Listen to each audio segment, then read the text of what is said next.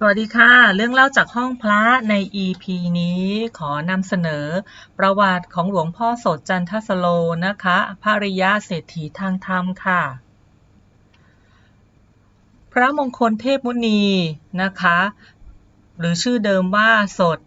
มีแก้วย้อยท่านเกิดเมื่อวันที่10ตุลาคมพศ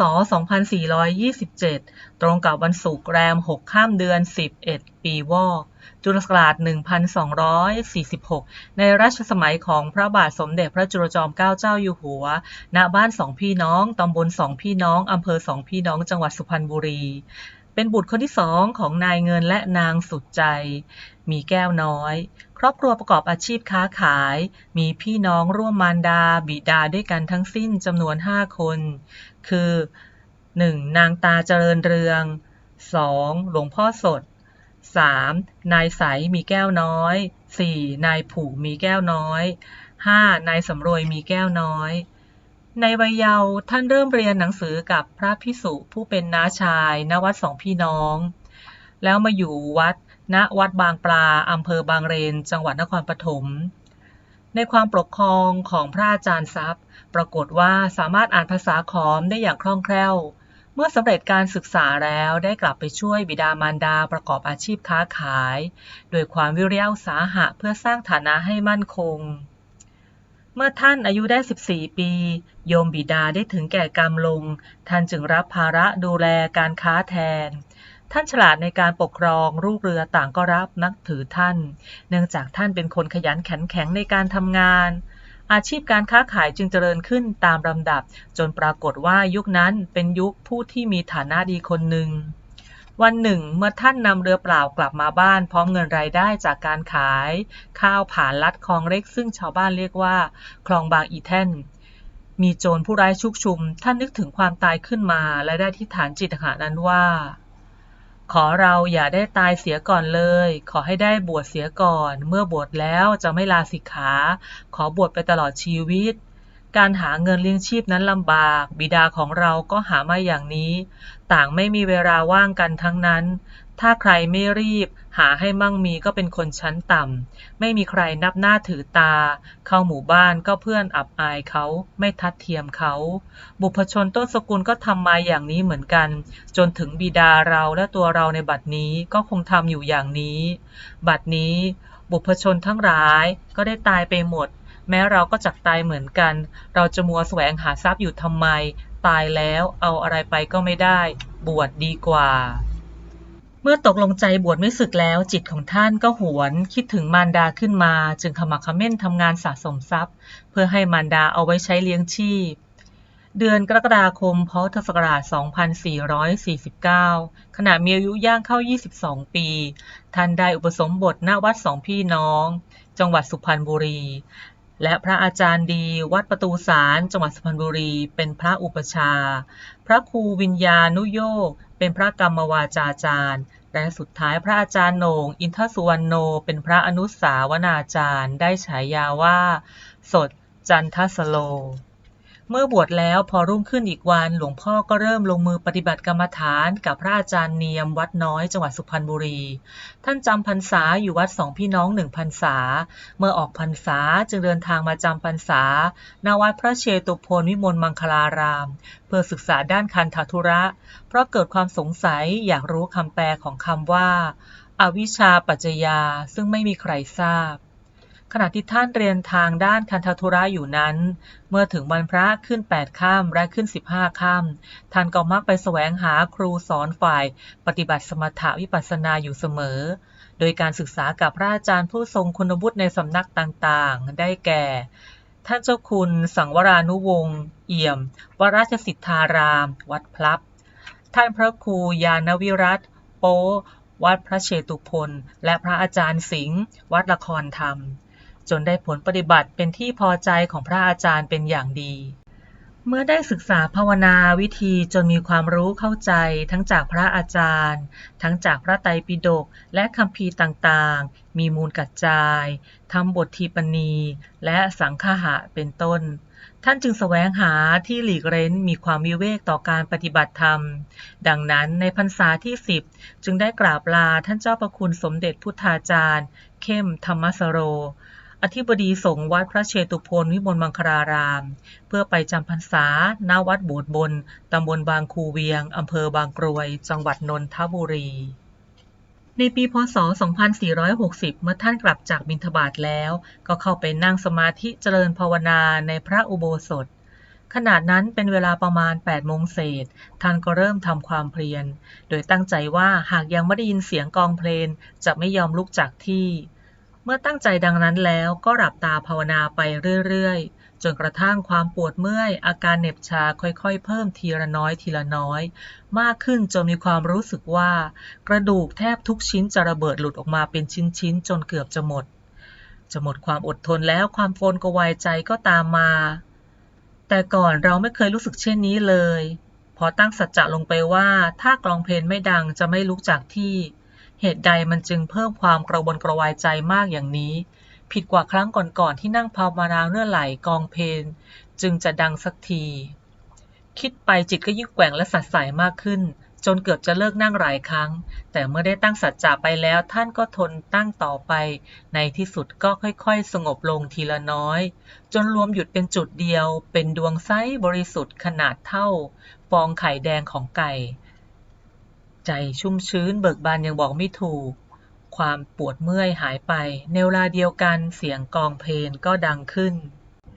วันนั้นท่านมีความสุขตลอดวันดวงธรรมขั้นต้นซึ่งเป็นดวงไซก็ยังเห็นติดอยู่ตรงกลางกายตลอดเวลาในช่วงเย็นหลังจากได้ร่วมฟังพระปฏิโมกข์กับเพื่อนภิกษุท่านก็ได้เข้าไปในพระอุโบสถแล้วตั้งสัตยาธิษฐานว่าแม้เลือดเนื้อจะเหือดหายไปเหลือแต่หนังเอ็นกระดูกก็ตามทีท่านนั่งลงไปแล้วไม่บรรลุธรรมที่พระพุทธเจ้าทรงเห็นจะไม่ยอมลุกขึ้นจากที่จนตลอดชีวิตเมื่อท่านตั้งความปรารถนาแล้วก็เริ่มนั่งขัดสมาธิเข้าที่ภาวนาพอดีนึกถึงมดขี้อยู่ในระหว่างช่องแผ่นหินที่กำลังไต่ไปมาจึงหยิบขวดน้ำมันก๊าซเอานิ้วมือจุ่มเพื่อเขียนวงรอบตัวกันมดให้รบกวนพอจรดนิ้วไปที่พื้นยังไม่ถึงครึ่งวงกลมก็เกิดความคิดขึ้นมาว่าชีวิตสละได้แต่ทำไมยังกลัวมดขี้อยู่เล่านึกละอายแก่ใจจึงวางขวดน้ำมันลงแล้วนั่งเข้าไปประมาณครึ่งค่อนคืน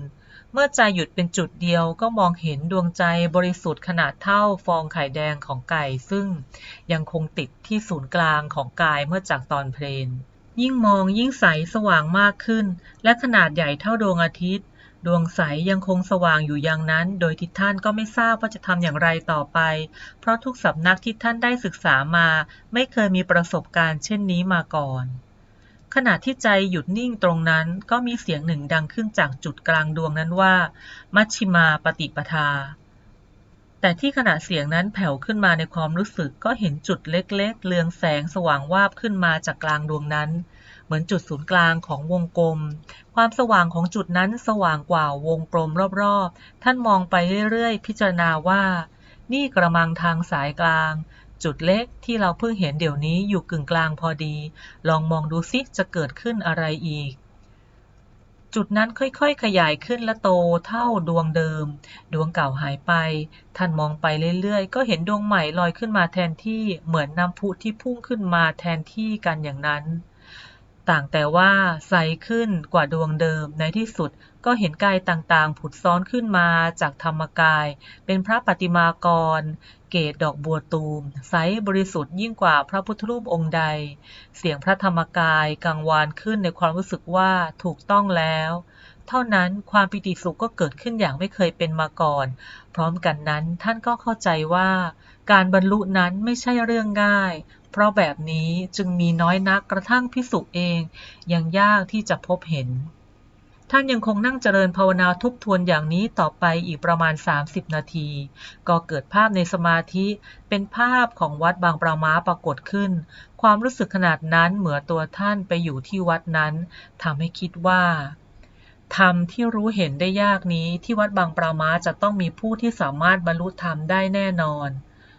ภาพของวัดบางปลาม้าปรากฏขึ้นในสมาธินับตั้งแต่นั้นมาท่านก็ได้ทุ่มเทชีวิตให้กับการปฏิบัติธรรมเจริญสมาธิภาวนาอย่างเต็มที่เพื่อค้นคว้าหาที่สุดแห่งธรรมยิ่งค้นก็ยิ่งลึกซึ้งขึ้นไปทุกทีท่านปฏิบัติอยู่อย่างนี้ประมาณเดือนเศษจนกระทั่งเข้าฤดูกาลออกพรรษา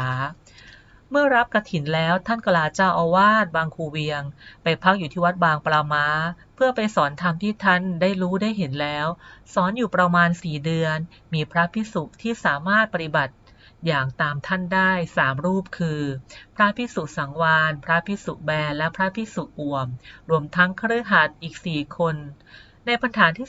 13ท่านได้พาพระภิกษุสังวาลไปจำพรรษาที่วัดสองพี่น้องที่วัดนี้มีพระภิกษุได้เห็นธรรมอีก1 รูปคือพระภิกษุหมกวัดบรมนิวาสหลังจากนั้นท่านก็ได้เดินทางไปพักที่วัดประตูสารจังหวัดสุพรรณบุรี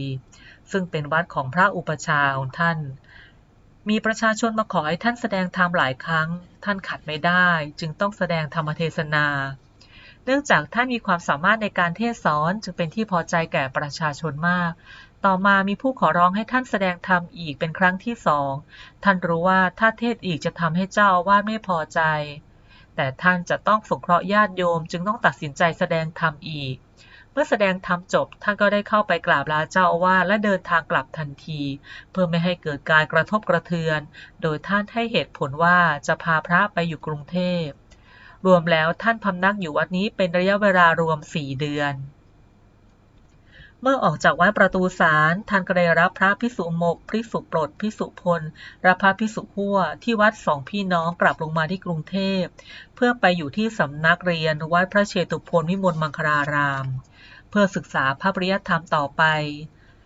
ในสมัยนั้นหลวงพ่อสดต้องเผชิญกับความไม่เข้าใจของสังคมและพระเถรานุเถระในวงการพระพุทธศาสนาอย่างต่อเนื่องเกี่ยวกับการแสดงอิทธิปาฏิหาริย์และการกล่าวอ้างถึงธรรมกายอยู่มิได้ขาดซึ่งคำว่าธรรมกายนั้นมีหลักฐานปรากฏอยู่ในพระไตรปิฎกหลักศิลาจารึกและคัมภีร์ต่างๆมาตั้งแต่สมัยโบราณมาก่อนแล้วแม้ว่าท่านเป็นภิกษุผู้รักชีวิตอิสระและสันโดษชอบออกธุดงค์แสวงหาสถานที่วิเวกเพื่อปฏิบัติธรรมแต่ท่านก็ไม่เคยอยู่ดูดายต่อส่วนรวมไม่ว่าท่านจะไปพักอยู่ที่ใดท่านมักจะได้ทำประโยชน์ให้เกิดขึ้นในที่แห่งนั้นเสมอ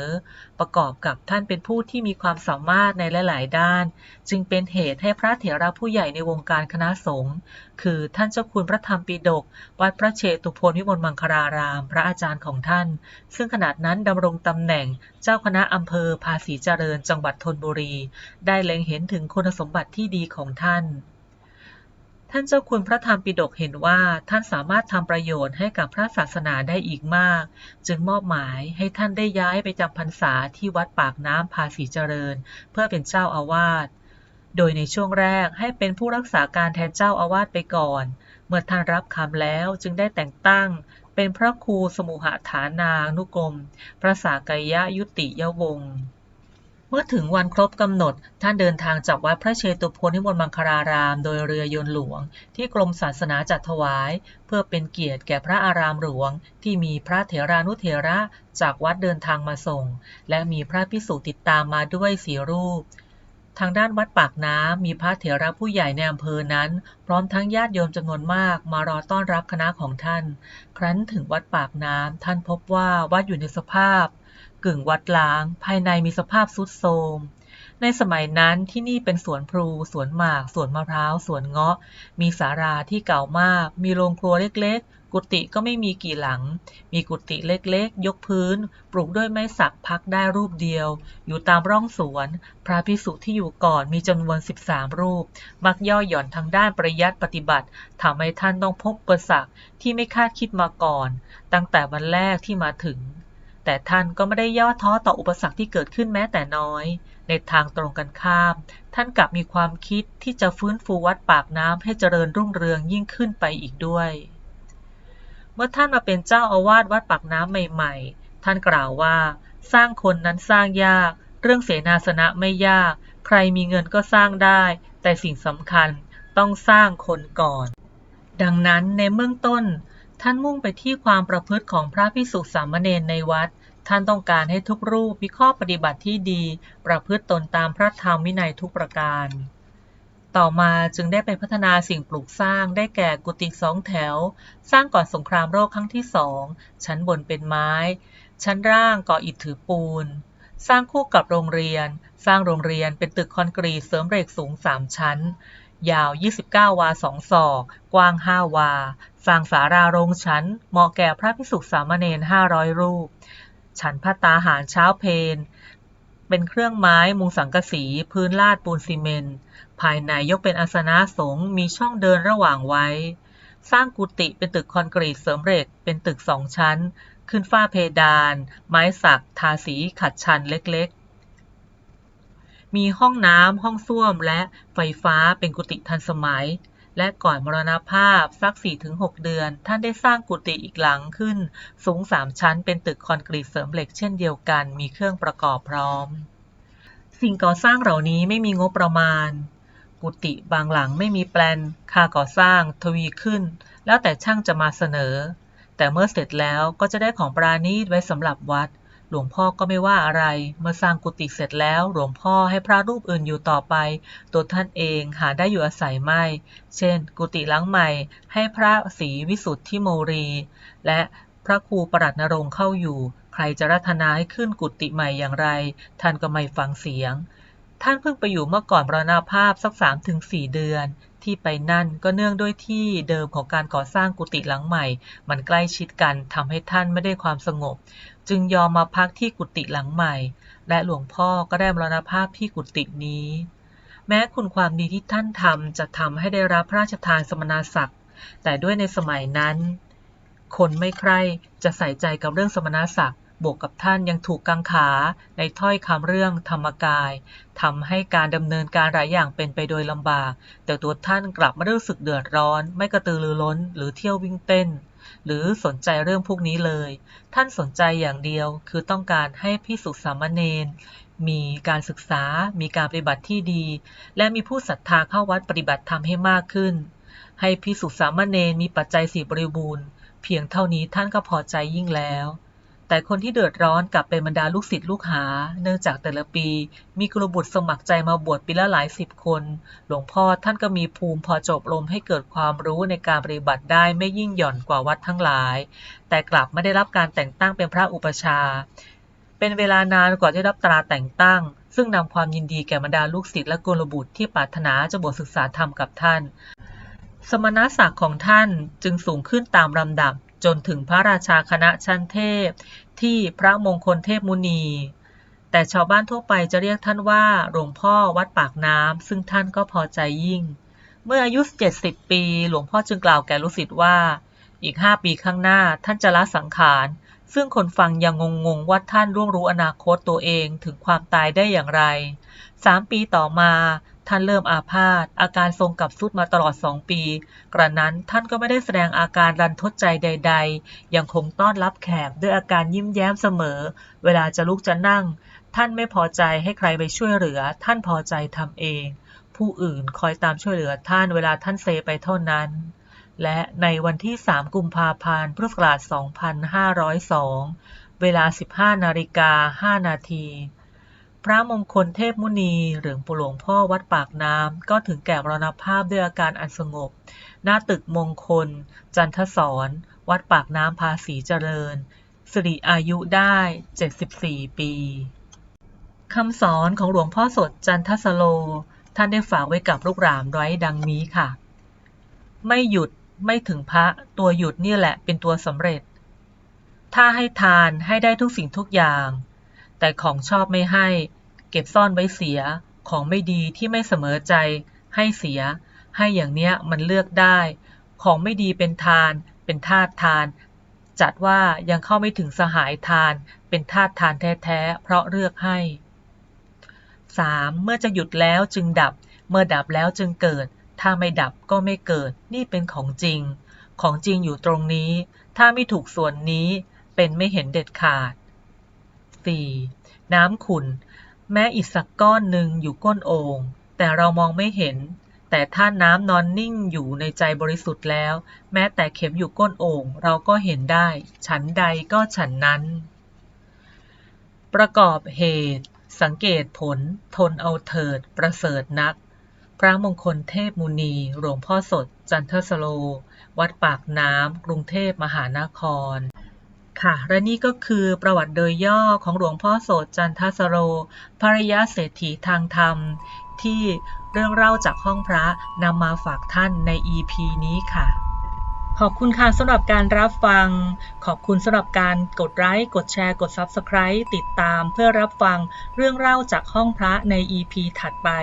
บุญรักษาทุกท่านนะคะสวัสดีค่ะ